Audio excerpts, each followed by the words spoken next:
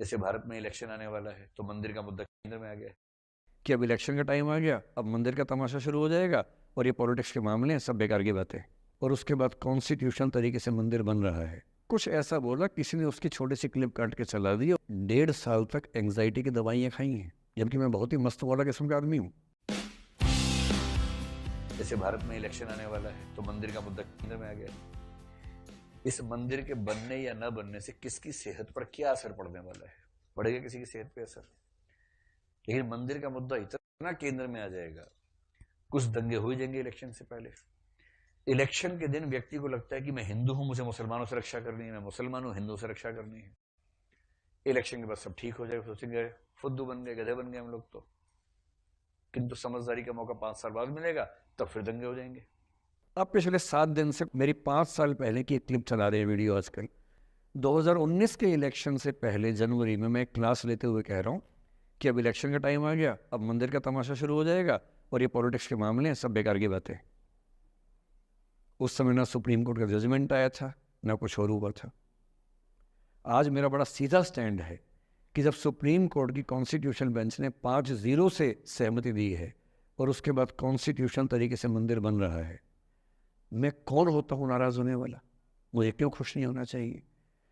दुनिया में हर धर्म के ईश्वरों के नाम पर मंदिर हैं, उनके जन्म स्थान पर मंदिर हैं।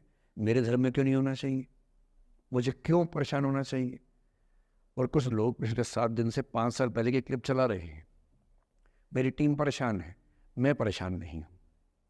मुझे भेजते हैं कि सर ऐसे हो गया, सर इतने वीडियो चल रहे हैं। मैं सुनता हूँ पर तनाव नहीं होता है, क्योंकि मुझे पता है कि किसी दिन किसी मंच पर हो, जैसे आज मैंने बात बोल दी कहीं और बोल दूंगा, बात खत्म हो गई। कितना लोड लेंगे? और आप लोड लेते रहेंगे तो दुनिया देती रहेगी। दुनिया के पास बहुत है देने के लिए, वो हमेशा देते रहेंगे। खुद को ऐसा फूल प्रूफ बना लीजिए, शील्ड बना लीजिए अपने आसपास कि तनाव आता है फिसल के निकल जाता है।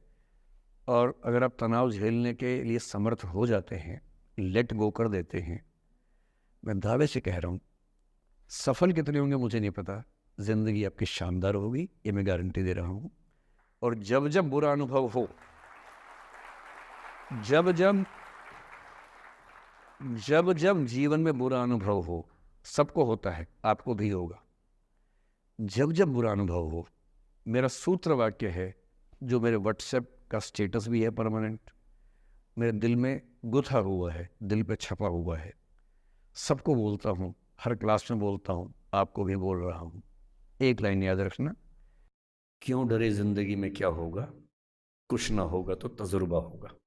उससे बड़ा कुछ नहीं है। सोशल मीडिया पर ट्रोलिंग आजकल का एक नया सच है, जो आप लोग बड़ा मुश्किल होता होगा जब झेलते होंगे। आपने एक फोटो अपलोड की, कोई लाइक ही नहीं कर रहा है, आप बार बार देखने घूमोगे लाइक किया कि नहीं किया। दोस्तों को फ़ोन करें, लाइक कर, तो लाइक कर, तो भी लाइक कर, चल 5 लाइक करवाए, 8 लाइक करवाए, नहीं लाइक हो रहा। फिर आपने कुछ ऐसा बोला, किसी ने उसकी छोटी सी क्लिप काट के चला दी और आप अचानक सबकी नज़रों में किरकिरी बन गए। गालियाँ पड़ रही हैं, आलोचनाएं हो रही हैं, लाखों लोग फतवे जारी कर रहे हैं आपके ऊपर। इतनी बेचैनी होती है इस दौर में। पहले के दौर में ये नहीं था, आपने कहीं कुछ बोला खत्म हो गया। अब किसने रिकॉर्ड कर ली, सोशल मीडिया पे आ गई, खत्म ही नहीं हो रहा। राइट टू बी फॉरगॉटन हमारे देश में है नहीं, और प्रैक्टिकली संभव भी नहीं है। कैसे आप उसको अप्लाई करेंगे?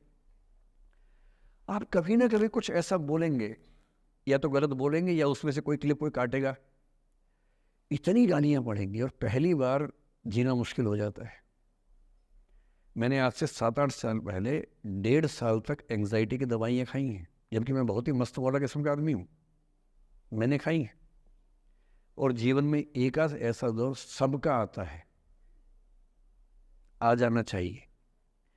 जब जीवन में एक आध बार ऐसा हो कि सारी दुनिया पीछे पड़ गई है, बहुत दिक्कत होगी, घबराहट होगी, बेचैनी होगी, एंग्जाइटी होगी, डिप्रेशन होगा, सब कुछ होगा। लेकिन एक बात ध्यान रखना, मेरी इस बात को ध्यान रखना, वो पहली और आखिरी परीक्षा है, उसके बाद कभी नहीं होगा।